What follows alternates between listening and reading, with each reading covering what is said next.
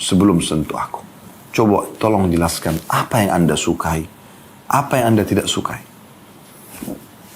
Semuanya bahasakan. Supaya aku tahu bersikap nanti ke depannya.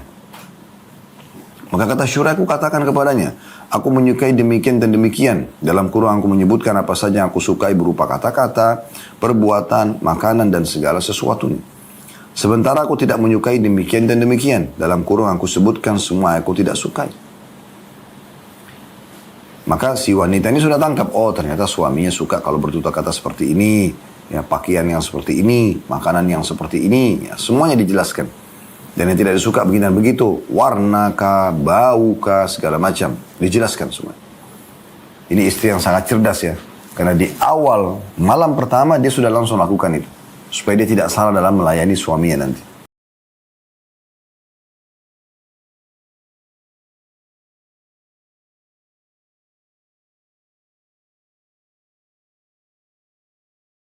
Assalamualaikum warahmatullahi wabarakatuh. Alhamdulillah, wassalatu wassalamu ala rasulillah. Segala puji dan puja kehadirat Allah subhanahu wa ta'ala, juga salawat dan taslim kepada Nabi besar Muhammad sallallahu alaihi wa ala alihi wa sahbihi wasallam. Di awal pertemuan seperti biasa kita memohon kepada Allah subhanahu wa ta'ala, semoga seluruh amal-amal saleh yang pernah kita kerjakan, yang sedang kita kerjakan, yang akan kita kerjakan sampai menjelang ajal datang nanti diterima dengan pahala yang sempurna.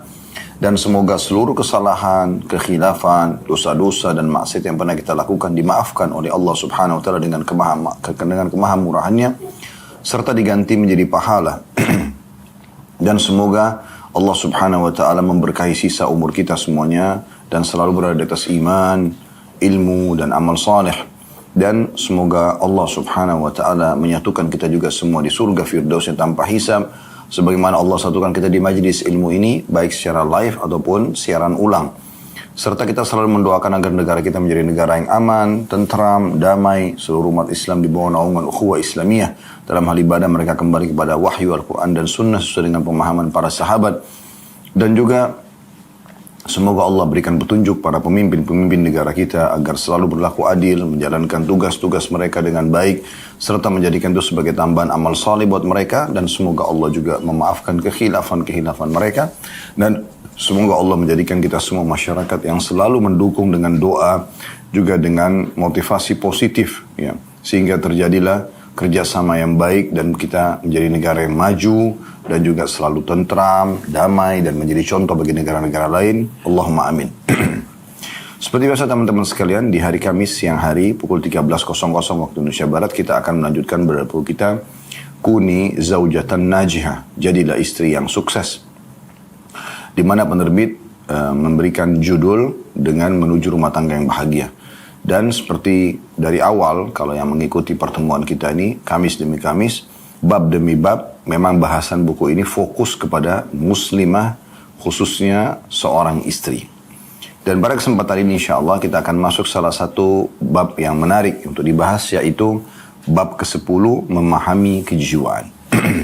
Saudaraku seiman, setiap orang punya karakter sendiri, punya pola hidup sendiri, pola fikir, pola makan, pola tidur. Dan semua itu teman-teman sekalian mewarnai kejiwaan dia. Jadi kalau orang itu dalam kondisi memang selalu rapi, ya, dan juga menata hidupnya dengan baik, maka kita akan lihat kejiwaannya pun sama, akan tertata dengan baik. Orangnya akan santun, ramah, dermawan, ya, berinteraksi dengan ceria di tengah-tengah masyarakat. Dan kalau kehidupannya kacau, ya, dalam arti kata memang sering cuek, berantakan, jorok, kotor, maka itu akan mewarnai kejiwaannya. Maka dia pun akan kita temukan emosional, tidak terkontrol, ya, tutur katanya, sikapnya selalu kasar dan membuat tidak nyaman siapapun yang ada berada di sekitarnya. Oleh karena itu teman-teman sekalian, masalah kejiwaan ini sesuatu yang sangat berarti sekali, ya, dan itu terpengaruh dan dikontrol oleh perbuatan-perbuatan dan sikap yang biasa kita lakukan. Dalam masalah interaksi di tengah-tengah masyarakat, kita kalau memahami tentang masalah kejiwaan orang-orang ya, yang ternampak dari sikap-sikap mereka, maka kita tahu bagaimana bermuamalah dengan mereka. Kalau kita bicara lingkup lebih khusus dalam masalah rumah tangga, maka suami istri lebih pantas untuk saling memahami tentang kejiwaan mereka ini. Kalau ada sikap-sikap dan perbuatan, sifat-sifat yang kurang baik, dibahasakan, disampaikan. Ya, dan yang sedang diberikan nasihat dan masukan harusnya bisa mengerti dan menerima, serta mencoba untuk menjadi yang lebih baik lagi. Sesuai dengan harapan pasangannya tentunya, selama tidak melanggar agama. Dan yang memberikan masukan, dia niatkan memang untuk memberikan hal positif kepada pasangannya, bukan sengaja mencari-cari kesalahan. Dan ini semua menggambarkan tentang kejiwaan. Seseorang harus ya bisa menyampaikan apa yang dia inginkan kepada pasangannya, apa yang dia harapkan. Dari hal yang besar sampai kepada hal yang kecil. Hal yang besar adalah hak-hak dan kewajiban. Bagaimana kita saling mengingatkan dengan pasangan mana yang merupakan hak dia, yang merupakan kewajiban kita, dan mana yang merupakan hak kita yang merupakan kewajiban dia. Jadi ini harus jelas dari awal. Ini hal yang sangat besar dalam rumah tangga. Karena ini akan membuat sebuah dinding pembatas di mana inilah yang kita wajib lakukan. Ya, keluar daripada dinding itu, maka sifatnya sunnah atau tambahan saja. Ya. Itu harus bisa dibahasakan. Sampai kepada hal-hal yang kecil, yaitu apa yang kita inginkan, apa yang kita harapkan pada saat berinteraksi dengan pasangan. Misal, saya sebagai suami membahasakan, saya suka sekali seorang istri yang bertutur kata santun misalnya, ramah, lembut. Mungkin ada suami yang suka istri yang tegas, mungkin ada juga. Ya. Tapi kalau saya pribadi tidak menyukai masalah itu, ya, karena memang saatnya bercengkrama, saatnya bercanda dengan istri. Jadi kalau bertemu, alangkah baiknya semuanya dengan keceriaan, dengan tutur kata yang santun, dengan permintaan maaf, ya, dengan bahasa-bahasa yang berisikan keromantisan, ya, yang bisa hanya membangun rumah tangga yang harmonis, ya. Kemudian misalnya suka dengan makanan, misalnya kita membahasakan sebagai suami, saya suka makanan ini dan itu misalnya. Kemudian misal tidur, ya, saya suka beristirahat jam sekian sampai jam sekian misalnya. Jadi kita sampaikan semua apa yang kita sukai dan apa yang tidak kita sukai, dibahasakan. Dan bagaimana seorang istri pada saat suaminya membahasakan ini menjadikan sebagai not yang paling penting dalam hidupnya.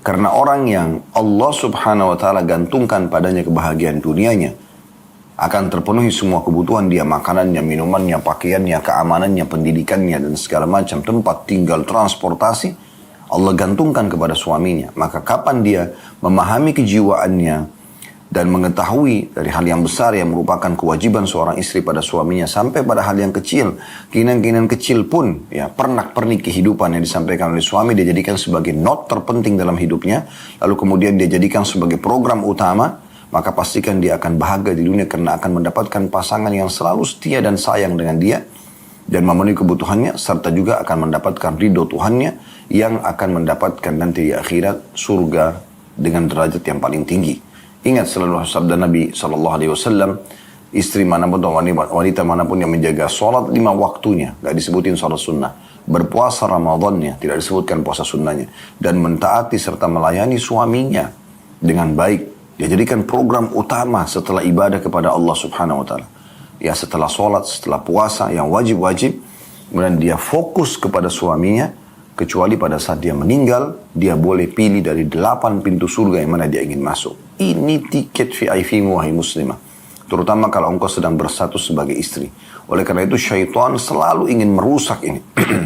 Agar jangan anda menjadi seorang istri yang sukses, istri yang bahagia, istri yang terus mengejar ridho Allah di ridho suaminya.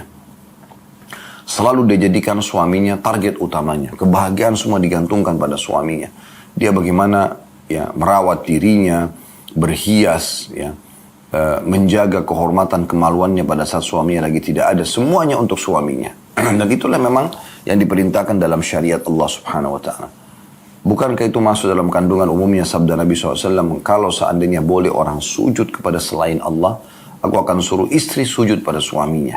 Bukan sujud pada orang tua, tapi sujud pada suami. Padahal suami bukan orang tua kita. Tetapi subhanallah, Allah jadikan memang begitu. Dan ingat selalu perkataan Aisyah radhiyallahu anha. Beliau mengatakan, wahai para wanita, kalau seandainya kalian mengetahui seberapa besar hak suami kalian pada diri kalian, maka niscaya kalian akan mengambil debu-debu telapak kaki suami kalian dan akan letakkan di pipi kalian. Mohon maaf. Berikan yang terbaik untuk meraih urusan duniamu, wahai muslimah, agar dicintai dan dipenuhi kebutuhanmu oleh suamimu, dan juga raih ridho Tuhanmu di akhirat nanti. Ya, dengan masuk dalam surga hanya dengan melayani satu orang laki-laki. Sering kami bahasakan, tidak ada poliandri dalam Islam. Anda tidak perlu punya dua suami, sibuk mengurus dua-duanya. Beda dengan laki-laki, ada poligami. Dia bisa menikah sampai 4 dan dia sibuk membiayai yang ini, yang itu, memenuhi kebutuhan yang ini dan yang itu, serta juga yang memberikan perlindungan dan segala macam yang dibutuhkan. Dia akan tersibukkan dengan itu. Tapi Anda cuma satu orang ini. Apalagi kalau Anda sedang menjalani kehidupan poligami, itu luar biasa kemudahan yang Allah berikan. Karena Anda tidak sendirian. Dengan menghemat banyak sekali waktu. Di saat Anda sendirian, Anda akan sibuk untuk melayani dia. Ya, sepenuh waktu Anda, tapi saat ada istri yang lain, maka Anda terbagikan. Anda bisa lebih santai, tapi mendapatkan keutamaan yang sama. Ya. Maka maksimalkan untuk meraih ridho suami. Karena tidak ada poliandri tadi saya bilang. Cuma satu orang ini Anda berbuat baik dengan dia. Bagaimana Anda mengejar ridho Allah subhanahu wa ta'ala dan cinta serta kebahagiaan dari seorang laki-laki lawan jenis Anda di dunia yang akan menjadi ayah anak-anak Anda. Ini perlu dibahasakan. Tentu unsur timbal balik terjadi. Ya, misalnya seorang suami juga sama. Bisa saja dia menanyakan kepada istrinya apa yang istrinya sukai, gitu kan? Walaupun secara kejiwaan sebenarnya yang perlu membahasakan adalah suami pada istrinya. Dan kalau istri sudah coba memenuhi dan mengenali kejiwaan suaminya, maka jiwa suami akan ikut dengan pola kejiwaan yang diterapkan oleh istrinya. Misalnya, istrinya selalu ramah, santun, selalu mencari kepuasan buat suaminya, bagaimana suaminya bisa puas pada saat bersama dengan dia, maka akan terjadi hal yang unsur timbal balik, suaminya pun akan selalu merasa merindukannya dan seterusnya. Ya, itu sudah secara otomatis ya. Sehingga tidak perlu suami secara khusus membahasakannya. Tapi boleh juga seorang suami mempelajari kejiwaan istrinya. Ya. Sehingga dia tahu apa yang istrinya suka, apa yang tidak suka. Ya. Atau misalnya dia memberikan yang umum wanita sukai. Memberikan hadiah, yang membahagiakan jiwanya, menyiapkan tempat yang nyaman, kebutuhan makan, minum semuanya tersediakan, tempat tinggal juga ya. Transportasi semampu dia dan seterusnya, maka itu akan membuat terjadi unsur timbal balik. Nah ini pembukaan dalam masalah bahasan kita memahami kejiwaan. Jadi sangat menarik memang untuk dibahas ya. Jadi sekali lagi kejiwaan itu berpengaruh sekali dari sikap dan perbuatan kita dalam keseharian, sehingga dialah nanti akan menjadi komponen daripada kejiwaan seseorang itu. Anda biasakan sikap-sikap Anda, sifat-sifat Anda dengan hal positif, maka kejiwaan Anda juga akan positif, tergambarkan itu. Begitu juga pada saat Anda terbiasakan dengan sebuah pola dan kebiasaan, ya, kegiatan, sifat dan sikap yang buruk, maka akan tergambarkan dalam kejiwaan Anda. Baik, saya akan bacakan apa yang ditulis oleh Dr. Najla, hafizahullah, berhubungan dengan masalah bab ini. Ya. Kata beliau, memahami kejiwaan. Pemahamanmu terhadap kejiwaan orang-orang di sekitarmu secara umum akan banyak membantumu dalam memilih cara-cara yang lebih ideal ketika berinteraksi dengan mereka. Sehingga engkau bisa menjauhkan apa yang dapat menyulitkan mereka dan melakukan apa yang membuat mereka ridho. Orang pertama yang harus engkau fahami kejiwaannya adalah suamimu. Nah ini mulai mengerucut nih. Ya. Jadi beliau sedang bicara kepada setiap istri. Jadi setiap wanita dalam gambaran Dr. Najla yang wajib paling pertama dia kenali kejiwaannya adalah suaminya. Orang yang pertama yang harus engkau fahami kejiwaannya adalah suamimu. Karena dia adalah orang yang hidup bersamamu dan menggariskan kehidupan untukmu. Karena itu kerahkanlah segala kemampuanmu untuk mengetahui suasana kejiwaannya. Jadilah engkau seperti istri Syuraih. Nah di sini masuk sebuah poin yang menarik di sini. Karena beliau langsung contohkan praktek. Seperti apa cara memahami kejiwaan pasangan. Dan beliau lebih mengerucut lagi ke masalah hampir hal-hal kecil yang diinginkan oleh suami, maka si istri harusnya menanyakan dan kemudian menjadikan sebagai not terpenting dalam hidupnya. Perhatikan selanjutnya beliau masuk ke kisah itu ya. Siapakah yang ingin menjadi seperti istri Shuraih Al-Qadhi? Saya sedikit berikan gambaran. Shuraih Al-Qadhi rahimahullah, beliau adalah seorang qadhi yang sangat, ya qadhi ini maksudnya hakim ya, yang sangat adil. Dan saking adilnya beliau menjadi hakim 60 tahun di 5 masa ya, pemimpin muslim. Bermula dari masa Umar bin Khattab, beliau menjadi hakim. Kemudian setelah itu zaman Uthman, di zaman Ali, di zaman Muawiyah, radhiyallahu anhu majma'in, kemudian di masa Yazid, anak daripada Muawiyah. Di 5 khalifah ini semuanya beliau menjadi hakim, saking adilnya, 60 tahun menjadi hakim. Shuraih ini dijulukan Al-Qadhi, maksudnya seorang hakim, karena keadilannya. Dia punya kisah unik berhubungan dengan masalah pernikahannya. Dan yang kita ingin sekarang bahas adalah masalah bagaimana seorang istri memahami kejiwaan suaminya. Perhatikan dari kisah ini. Kata beliau, engkau harus berusaha mengenal suamimu sejak malam pertama. Jika engkau sudah mengetahuinya dan memahami kepribadiannya, maka jalan-jalan menjadi mudah untuk engkau tempuh. Jalan-jalan menjadi pendek dan engkau mendapatkan kebahagiaan atau dalam mendapatkan kebahagiaan. Jadi maksudnya kalau engkau memahami kejiwaan suamimu, kepribadiannya, maka itu akan memudahkan langkah-langkah setelahnya. Ya. Kata beliau, perhatikanlah kisah perempuan yang cerdas ini. Ini adalah kisah perempuan yang mampu memahami suaminya, lalu hidup bersamanya dengan penuh bahagia, lalu menyenangkan tanpa ada problematika yang merundung kehidupannya. Coba bayangkan, yang paling dikhawatirkan dalam rumah tangga adalah problematika yang terjadi. Ini kenapa? Karena tidak memahami kejiwaan pasangan, kejiwaan suami secara khusus di sini. Sehingga akhirnya seringkali istrinya menjadi pembangkang, istrinya selalu melakukan perbuatan yang tidak disukai oleh suaminya, apalagi kalau dia keras hatinya. Ya, sulit untuk diberikan masukan. Setiap kali diberikan masukan malah yang terjadi penolakan. Ya. Suaminya membahasakan tentang bau badan, tersinggung. Suaminya membahasakan tentang bau nafas, bau mulut, tersinggung. Susah. Jadi akhirnya tidak bisa dia masuk dalam kehidupan suaminya. Yang terjadi adalah, sudahlah saya begini masa nggak bisa terima. Nah contoh. Apa jadi masalah nih? Problematika rumah tangga banyak terjadi dalam masalah itu. Akhirnya suaminya terpaksa hidup dengan dia dalam kondisi tertekan. Karena terfikirlah dia untuk menceraikan atau dia menikah dengan perempuan lain. Atau bahkan kalau dia tidak beriman, dia berzina. Ya. Dia datangi wanita-wanita penghibur di luar sana yang memang menjadikan itu sebagai profesinya. Tutur katanya santun, manja, ramah. Ya, selalu saja mencari bagaimana konsumennya ya, puas. Dan sering saya bahasakan harusnya ini terjadi pada setiap istri pada suami gitu kan. Tapi subhanallah sebagian orang tidak menjadikan ini sebagai program hidupnya, padahal ini bagian daripada syariat Allah subhanahu wa ta'ala. Bahkan bisa kita kerucutkan, kita bahasakan bahwasanya kalau seseorang wanita sudah menjadi status istri, maka hidupnya semuanya untuk suaminya. Dengan itu dia akan dapat ridho dunia, ya. Maksudnya ridho suaminya di sini, dia akan bahagia di dunia dan juga dia akan mendapatkan ridho Tuhannya nanti dengan balasan surga di akhirat sana. Kita perhatikan bagaimana sih kisah wanita cerdas yang dipuji oleh Dr. Najla ini yang menikah dengan Shuraih Al-Qadhi. Beliau mengatakan ia menikah dengan perempuan dari Bani Tamim. Al-Qadhi Shuraih bercerita, ketika aku menikah dengan Zainab binti Hudair. Jadi ini nama istrinya, ya dari suku Tamim. Aku berkata dalam hatiku, aku menikah dengan wanita Arab yang paling kasar dan yang paling tidak ramah dalam kurung, dan aku teringat akan wanita-wanita Bani Tamim yang keras hatinya.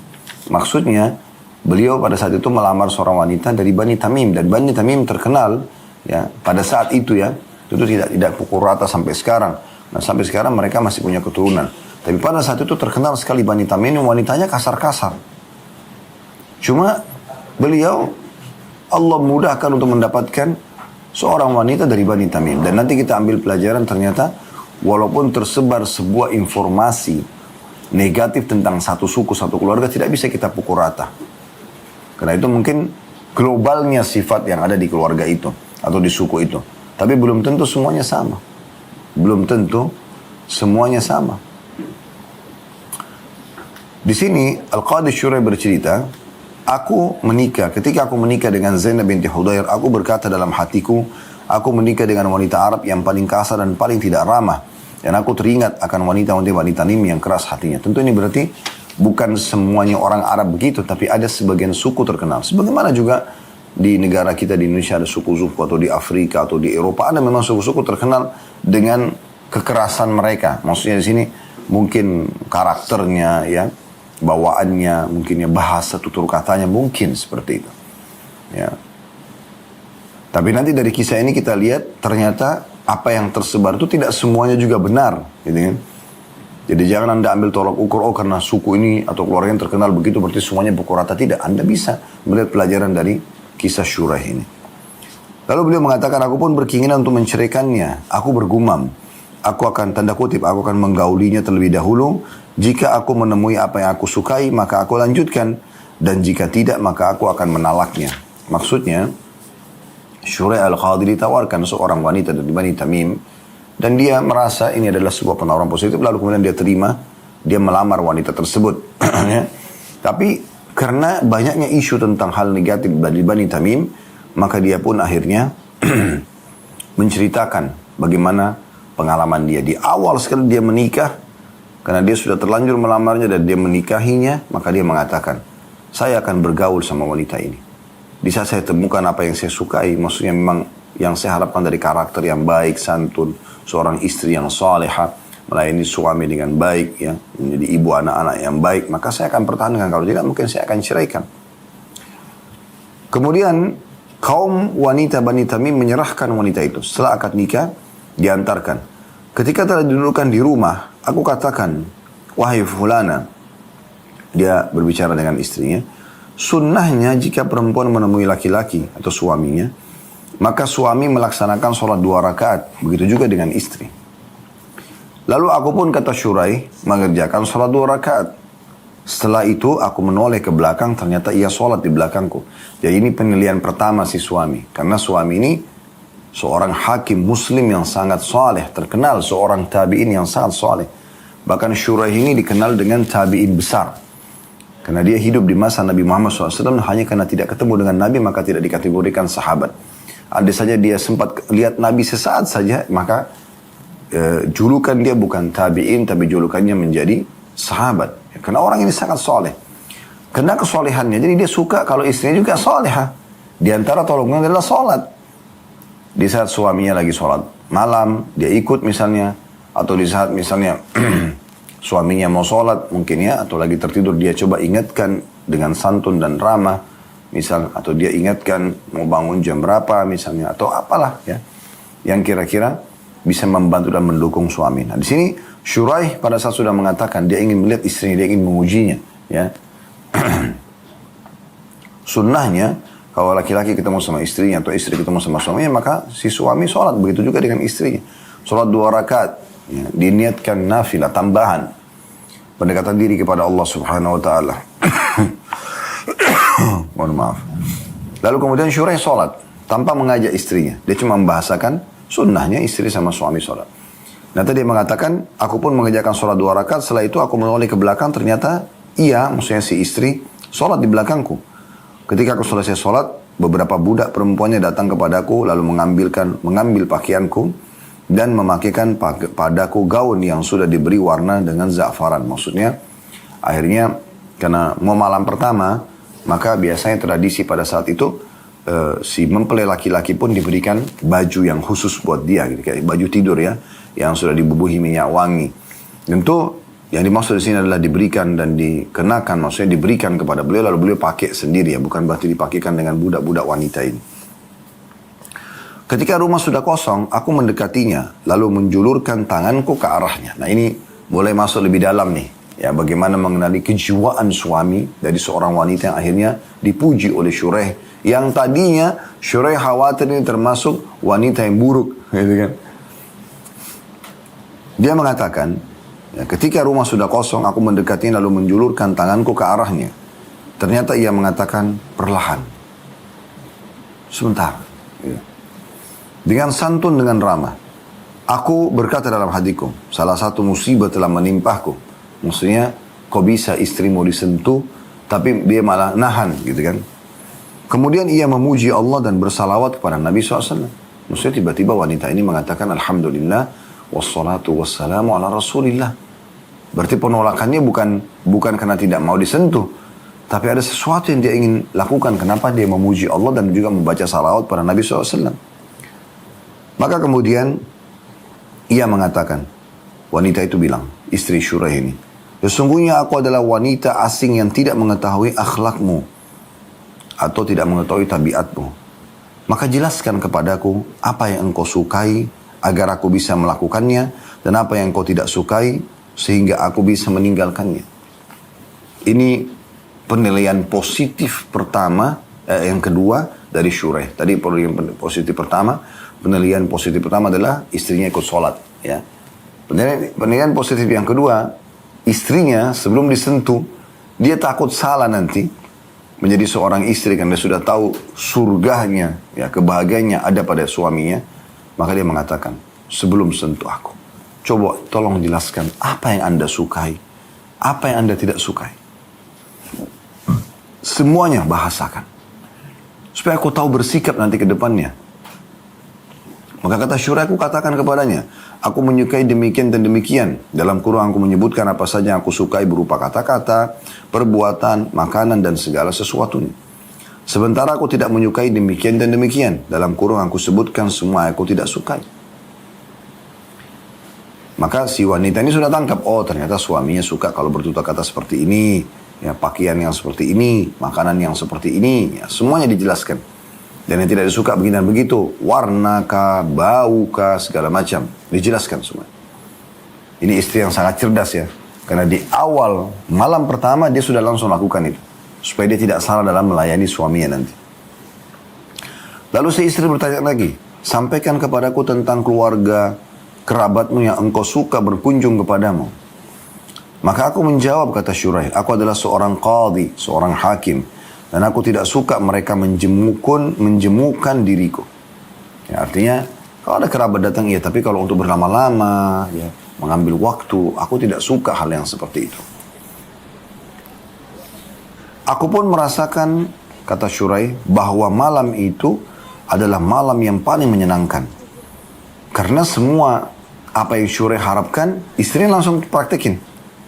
Langsung dia berikan yang terbaik pada malam itu. Dari tutur kata, dari pelayanan, dan segala. Itu sampai yang dalam mungkin suami istri tidak perlu dirincikan tentang masalah hubungan intim pun ya. Semuanya sangat menyenangkan. Shuraih simpulkan itu mengatakan, aku pun merasakan bahwa malam itu adalah malam yang paling menyenangkan. Dan aku tinggal di sisinya selama 3 malam. Lalu aku pergi ke majelis peradilan. Ya, aku belum pernah melihat satu hari pun melainkan hari itu lebih baik daripada hari sebelumnya. Maksudnya, pada hari itu aku sangat bahagia. Aku sangat tentram. Ya. Karena duduk dengan wanita yang seperti ini. Waktu-waktu, detik demi detik, menit demi menit yang berlalu bersama, semuanya kebahagiaan. Semuanya ketentraman. Semuanya kepuasan. Dan merasa nyaman sekali. Sehingga akhirnya sang suami membahasakan pada saat pergi ke pengadilan sebagai hakim, aku belum pernah menemukan hari seindah hari itu. Semangat bekerja, bahagia, karena merasakan ketentraman yang berasal dari seorang istri ini. Teman-teman sekalian, kita lanjutkan lagi kisah unik dari pernikahan Shuraih Al-Qadhi rahimahullah. Sebuah kisah yang menarik untuk kita simak bagaimana memahami kejiwaan suami. Apa yang dilakukan oleh istri Shuraih di awal menikah, dia memulainya dengan memuji Allah, Alhamdulillah, dan membaca salawat kepada Nabi SAW, wassalatu wassalamu ala Rasulillah, agar mendapatkan keberkahan. Karena kata Nabi SAW, kullu amrin la yabdu' bismillah fahuwa aqta'. Semua perkara yang tidak dimulai dengan menyebut nama Allah maka jauh dari keberkahan. Juga kata Nabi SAW, doa itu dihijab ya, sampai diucapkannya salawat untukku SAW. Kemudian baru dia masuk ke tahapan menanyakan yang paling penting. Karena pertanyaan pertama istri adalah berarti yang terpenting yang dia akan berikan kepada suaminya. Tolong sampaikan kepadaku, apa yang paling kamu sukai dan apa yang paling kamu tidak sukai. Maka Shuraih dengan bahagia menyampaikan semua apa yang dia sukai dan apa yang dia tidak sukai, dari hal yang kecil sampai hal yang besar. Dan setelah itu pun ditanya juga, kira-kira kalau berhubungan dengan kerabatmu seperti apa? Maka beliau mengatakan, saya tentu berinteraksi sama kerabat saya karena itu bagian daripada agama. Hanya saya tidak suka kalau mereka menjemukanku atau terlalu lama, berlama-lama datang gitu. Sehingga istrinya tahu bagaimana bermuamalah dengan tamu-tamu dari kerabat suaminya. Dan ini dua hal yang terpenting bagi setiap istri. Bagaimana suaminya dipuaskan dan bagaimana juga kerabat suami merasa dekat dengan sang istri. Artinya, kalaupun sampai bertemu, maka terjadi interaksi yang baik ya dari sang istri. Dan kemudian setelah itu, Shuraih pun karena sudah menyampaikan apa yang dia inginkan dan istrinya coba menjadi istri yang terbaik, maka akhirnya dia mengatakan, saya benar-benar bahagia. Setelah 3 hari bersama istri saya ini, saya masuk ke peradilan dan saya tidak menemukan hari lebih indah daripada hari itu. Selanjutnya, beliau mengatakan, kemudian aku mengunjungi ibuku. Ya, setelah dari peradilan mengunjungi ibu, hingga berlalulah 1 tahun dari pernikahan kami. Lalu aku masuk ke dalam rumahku, ternyata ada seorang wanita tua yang memerintah dan juga melarang. Maka aku bertanya pada istriku, wahai Zainab, siapakah dia? Maka Zainab mengatakan, ibuku, atau dalam kurung mertuamu. Maka aku pun mengatakan, selamat datang. Ia berkata, wahai Abu Umayyah, bagaimana keadaanmu? Maksudnya, mertua yang bertanya kepada anak mantunya. Ibunya Zainab, ibu sang istri, bertanya kepada anak mantunya atau sang suami ini. Aku menjawab, baik-baik saja, alhamdulillah. Lalu ia bertanya lagi, bagaimana keadaan istrimu? Aku menjawab, sebaik-baik istri dan teman paling selaras. Sungguh engkau telah mendidiknya dengan sebaik-baiknya. Nah, sampai di sini berarti ada pelajaran juga penting untuk kita ambil. Bagaimana pentingnya seorang ibu berperan dalam mendidik anaknya. Bagaimana dia atau posisi sebagai orang tua mengajarkan kepada anaknya hal yang positif. Terutama bagaimana melayani suami dengan baik. Saya pernah kedatangan satu keluarga, subhanallah. Saya tidak perlu sebutkan siapa nama mereka, dari kota mana, intinya datang gitu. Tapi ada satu hal yang menarik gitu. Pada saat sang ibu dan ayah duduk bersama kami dengan anak-anak perempuan mereka, kemudian tiba-tiba sang ibu mengatakan, saya berharap anak-anak saya nanti tolong didoakan Ustaz agar mendapatkan suami-suami yang baik. Dan saya sudah menjadikan program utama saya, mendidik mereka agar bagaimana menjadi istri yang baik dalam melayani suaminya. Itu bahasanya. Jadi pendidikan pertama sang ibu ini adalah bagaimana anak-anak perempuannya dididik untuk menjadi istri yang baik. Sampai dirincikan. Sampai saya mengajarkan bagaimana masak dan mereka semua bisa masak dengan bagus. Bagaimana menata rumah. Sampai pada hal memijit suaminya pun. Ini di depan suaminya dia bicara. Mereka sudah berumur suami istri ini. Karena umurnya sudah di atas 60 tahunan. Tapi anak-anaknya ada berapa orang gitu yang sudah masuk pada usia ya layak untuk menikah. Sehingga akhirnya bahasa-bahasa ini subhanallah saya mengambil sebuah benang merah dan pelajaran gitu. Kalau setiap ibu begini programnya, bagaimana dia mendidik anak-anak gadisnya agar bisa menjadi seorang istri yang salihah. Itulah kesuksesan yang sebenarnya. Saya tidak melihat sama sekali kesuksesan pada wanita itu kalau dia menjadi wanita karir, bertitel tinggi, bertitel banyak, ya, kemudian jabatan tinggi, seorang pengusaha. Itu hak individual, ya. Tapi saya pribadi tidak melihat itu kesuksesan. Itu adalah hal yang biasa saja. Semua orang bisa lakukan. Tapi untuk menjadi seorang istri yang luar biasa, istri yang sukses, yang selalu targetnya menata rumahnya dengan rapi, membahagiakan suaminya pada saat lagi bersamanya, mendidik anak-anaknya dengan baik, ini kesuksesan yang sebenarnya. Ya. Walaupun dia tidak punya ijazah akademik, tapi di saat dia selalu dirindukan oleh suaminya, selalu juga dibutuhkan oleh anak-anaknya, Rumahnya selalu nyaman kalau kita masuk bertamu. Karena bersihnya, rapinya, dapurnya bersih, meja makannya bersih, makanannya juga bagus dan rapi. Dirinya pun sendiri selalu bersih. Yang ada adalah suaminya. Bagaimana apa yang suaminya titahkan dan peraturkan. Letakkan sebagai peraturan di rumah dipatuhi. Ya. Bagaimana saat datang dia layani. Bagaimana anak-anaknya semuanya rapi. Pakaiannya rapi, pendidikannya bagus. Ya. Maka inilah sukses sebenarnya. Walaupun dia tidak punya ijazah. Kalau ada orang ijazahnya S3, doktor misalnya. Profesor kalau perlu seorang wanita. Perusahaannya banyak, hartanya melimpah. Tapi kita temukan suaminya tidak bahagia. Karena merasa dia sibuk dengan alamnya sendiri. Anak-anaknya juga kalau ditanya tentang ibunya, ya ibu sibuk. Tidak ada waktu buat anak-anaknya.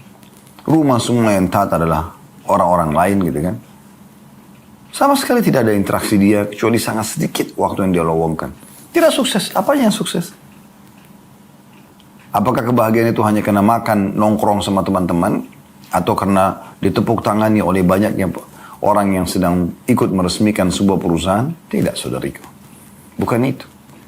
Kalau seandainya kamu sebagai seorang muslimah, kamu akan memahami, saudariku, bahwasanya yang kau butuhkan bukan itu. Yang kau butuhkan justru bagaimana kau menjadi seorang istri yang benar. Itu kesuksesan sebenarnya. Rumahmu jauh lebih mulia daripada mall, daripada kantor, daripada jalan raya sana. Rumahmu adalah tempatmu. Sampai dalam ibadah kepada Allah SWT pun lebih afdal wanita dalam rumah. Sampai ada seorang sahabat pernah datang kepada Nabi SAW menanyakan tentang masalah sholat. Dia ingin sholat bersama Nabi SAW di masjid. Maka Nabi SAW membahasakan kepadanya kalau rumahmu adalah lebih baik. Setelah itu dia langsung menyuruh seseorang membuat satu musola kecil di rumahnya. Dia sembah Allah sampai dia wafat di situ. Dan dia tahu ternyata rumahnya jauh lebih afdal untuk dia. Memang Allah ciptakan wanita untuk di rumah. Ketika itu Ustaz tidak boleh berwanita karir. Boleh, silahkan. Saya tidak melarang itu. Boleh saja. Apalagi bukan hal-hal yang haram. Anda mau dagang, Anda mau apa, silahkan. Tapi ingat, jangan sampai terbengkalai kewajiban utamanya. Ya, kalau Anda bisa menggabungkan keduanya, Anda lebih sukses lagi. Misalnya, Anda wanita karir, begitu juga Anda menjadi istri yang berkarir. Istri yang sukses. Masakan yang masuk di mulut suami adalah dari tangan Anda. Atau Anda yang pilihkan. Penataan di rumah Anda yang instruksikan kepada para PRT. Nggak masalah. Ya. Dan di saat suami datang, Anda lebih dulu di rumah. Anda sudah ada menunggu di sana. Anda melayaninya sampai dia pergi. Kemudian Anda sibuk dengan aktivitas Anda. Anak-anak Anda yang urus semuanya. Sebelum pergi sekolah sampai pergi sekolah, setelah Anda lowong baru Anda aktivitas. Dan pada saat mereka pulang Anda sudah ada menyambutnya misalnya. Ya, itu juga suami, anak dan suami. Maka Anda sukses. Ya. Ini lebih luar biasa kalau Anda bisa gabungkan keduanya. Gitu kan. Jadi kalau kita mungkin level terbaik adalah istri yang bisa menggabungkan. Kalau dia pun punya karir dengan bagaimana dia menjadi istri yang paling baik dan ibu yang paling baik. Kemudian yang kedua adalah istri yang sibuk. Yang paling aman dia sibuk dengan ya kegiatan kewajiban dia. Dan tidak sibuk dengan di luar rumah. Nah yang buruk adalah justru sibuk di luar dan meninggalkan kewajibannya. Ada orang yang lebih parah daripada itu. Di luar nggak ada kesibukan, di rumah juga bengkalaikan gitu. Nggak ada kerjaan, pengangguran. Tapi rumahnya berantakan, dirinya berantakan, kasar sama suami, kasar sama anak-anak. Ini na'udzubillah wanita yang buruk, bahkan tidak layak hidup bersama dia. Nah, ada orang wanita begitu ya. Yang ada hanya keburukan saja. Lisannya tajam, penampilannya berantakan, rumahnya juga kotor. Sama suami nggak baik, sama anak-anak nggak baik. Ini sudah kacau balau semuanya. Kemudian kita lanjutkan pembicaraan antara mertua Syuraih dengan Syuraih rahimahumullah semuanya. Setelah istri mengatakan bagaimana keadaan istrimu, mertuanya mengatakan ya. Lalu Syuraih mengatakan, aku menjawab sebaik-baik istri dan teman paling selaras. Maksudnya sejalan dengan aku. Apa aku inginkan mereka dia jalankan semua. Sungguh engkau telah mendidiknya dengan sebaik-baiknya. Kata mertuanya, ia mengatakan, wanita tidak akan berubah menjadi lebih buruk keadaannya dalam dua kondisi. Jika dimuliakan di sisi suaminya dan jika telah melahirkan anaknya. Jadi wanita tidak akan berubah menjadi lebih buruk keadaannya dalam dua kondisi. Jika dimuliakan di sisi suaminya dan jika telah melahirkan anaknya. Jadi maksudnya kalau wanita yang seperti ini keadaannya, dia baik, akhirnya suaminya muliakan, maka itu yang terbaik bagi si perempuan tadi. Dan dia melahirkan anak, maka ada keturunan buat suaminya. Jika engkau melihat sesuatu yang buruk dari istrimu, maka ingatkan dia. Bahasa sini tanda kutip, cambuklah dia. Ya. Tidak ada sesuatu yang lebih buruk yang ditemui oleh seorang laki-laki di rumahnya melebihi wanita yang menyimpang. Jadi kalau sampai kau temukan sesuatu yang salah, jangan pernah ragu untuk mengingatkan. Nah, ini peringatan juga kepada sebagian suami. Ada di antara mereka memang yang tidak mau mengingatkan istrinya. Karena segan, karena takut istrinya tersinggung. Akhirnya berjalan rumah tangga itu dalam kondisi tidak enak. Kenapa? Kenapa nggak dibuat rumah tangga itu nyaman? Ya, sampaikan semua keinginan Anda, bahasakan baik-baik dan bantu istri supaya bisa merealisasikan itu. Dan Anda sebagai muslimah, sebagai istri, kenapa Anda tidak mau jalankan? Kenapa tidak mengejar ridho suami? Kenapa tidak mengejar surga dari suami tersebut? Satu orang saja laki-laki ini. Pada saat Anda meninggal dan dia ridho, kata Nabi SAW, istri manapun yang meninggal, suaminya ridho, merasa kehilangan, kecuali diamin baginya masuk surga. Kunci surga, VIP untuk masuk dalam surga. Kenapa disia-siakan ini? Sayang sekali. Ya? Maka perhatikan baik-baik, wahai muslimah. Ini hal yang sangat mahal. Juga dengan para suami. Suami sampaikan, bahasakan. Ya. Walaupun secara umum saya perlu bahasakan, setiap suami pasti teman-teman sekalian itu menyampaikan apa yang dia inginkan. Cuma terkadang dia tidak mengulanginya lagi di saat memang si istri sudah susah untuk diberikan masukan. Dia tidak mau menerima masukan, sering tersinggung, maka suaminya akhirnya tidak mau lagi membahasakan dan tidak mau juga namanya rusak dengan bercerai, maka akhirnya dia bertahan dalam kondisi tidak tenang. Lalu rumah tangga apa yang diharapkan dari seperti ini? Lalu rumah tangga itu diharapkan pada saat ketemu ceria, senyum, bercengkrama, kebahagiaan, suasana yang saatnya bercumbuan, bercengkrama, saatnya saling menyenangkan hati, ya, menghibur, dan itu ibadah di sisi Allah SWT. Kenapa suasana pada saat suami pulang justru tegang, justru ribut, justru berantakan, justru tidak ada makanan, justru bau badannya? Kenapa? Kenapa tidak malah dijadikan itu sebagai ajang kebahagiaan? Gitu. Sayang sekali. Lalu Syuraih atau mertua yang tetap melanjutkan mengatakan, saya ulangi tadi perkataan mertuanya, wanita tidak akan berubah menjadi lebih buruk keadaannya dalam dua kondisi. Jika dimuliakan di sisi suami dan juga jika melahirkan anak. Jika engkau melihat sesuatu yang buruk dari suami, maka cambuklah ia. Tidak ada sesuatu yang lebih buruk yang ditemui oleh seorang laki-laki di rumahnya melebihi wanita yang menyimpang. Jadi kalau sudah ada wanita yang nyimpang, tidak mau dengar suaminya, berantakan, tutur katanya kotor, badannya kotor, bau, rumahnya berantakan, masakannya dingin, dan segala macam. Udah, nggak layak jadi istri udah. Dan jangan heran, jangan salahin orang kalau Anda ditinggalkan. Ya. Syuraih berkata, mertuaku datang kepada kami 1 kali setiap tahun, kemudian pulang setelah bertanya kepadaku, kapan engkau suka kerabat istrimu berkunjung kepadamu? Aku menjawab, sesuka mereka. Jadi mertua di sini tidak perlu banyak-banyak atau sering datang. Ya. Sering berkunjung. Kecuali kalau satu rumah itu beda. Ya. Dan akhirnya terjadilah adaptasi misalnya bersama-sama dengan anak mantu itu tidak ada masalah. Tapi kalau beda rumah, ya udah. Kunjungan tidak perlu terlalu sering. Ya. Khawatir nanti mencampuri urusan rumah tangga anaknya gitu kan. Tentu ada sebagian mertua, ya, orang tua yang Masya Allah, dia berbaur dengan anaknya, dia berbaur dengan anak mantunya. Maka itu kebahagiaan yang meliputi mereka semua. Mungkin si anak mantu juga malah tidak mau pisah dengan mertuanya gitu kan. Tapi ada sebagian mertua tidak, memang karakter bawaannya dia suka mencampuri semuanya, mengatur semuanya, sampai akhirnya dia memaksakan pola dia kepada anak perempuannya. Belum tentu disukai oleh suaminya, gitu kan. Bahkan ada yang tidak disukai oleh suami dia, si mertua ini, lalu dia paksakan untuk anaknya juga terapkan. Dan dia paksakan pola dia juga kepada anaknya. Nah ini keliru. Ya. Maka karena bahagianya Syuraih ditanya oleh mertuanya, kalau seandainya, ya pada saat dia mau pulang, ada kerabat istrimu mau datang, waktu kapan kamu suka dia datang? Maka karena bahagia dia mengatakan sesukanya. Wadah temukan suami selalu mengatakan, ya nggak apa-apa, oke. Berarti itu dia bahagia. Ya. Tapi di saat dia malah menghardik, malah menyalahkan, berarti sesuatu tidak disukai. Jangan dilakukan. Ya. Lalu kata Syuraih, aku tinggal bersama istriku selama 20 tahun. Aku tidak pernah mencelanya sedikit pun dan tidak pernah marah terhadapnya sama sekali. Kenapa kira-kira? Karena istrinya nggak buat yang salah. Istrinya tidak menyakiti suaminya. Yang ada cuma kebahagiaan. Yang ada iya. Yang ada pelayanan maksimal. Bayangkan 20 tahun berumah tangga kata Syurai. Ya, bahasa dia, saya atau aku tidak pernah mencelanya sedikit pun. Tidak ada yang salah dari dia. Setiap mataku memandang pasti yang membahagiakan. Setiap yang aku ucapkan pasti dipatuhi. Semua yang diberikan pelayanan yang terbaik. Karena sang istri menjadikan itu sebagai target utama yang tadi saya bilang. Ya. Aku tinggal bersama istriku selama 20 tahun. Aku tidak pernah mencelanya sedikit pun. Dan tidak pernah marah terhadapnya sama sekali. Karena tidak ada sesuatu yang memicu untuk marah. Perlu anda garis bawah ya saudari kaum muslimah. Kami sebagai laki-laki tidak suka marah. Tidak suka marah sebenarnya, ya. Kecuali ada pemicu di situ.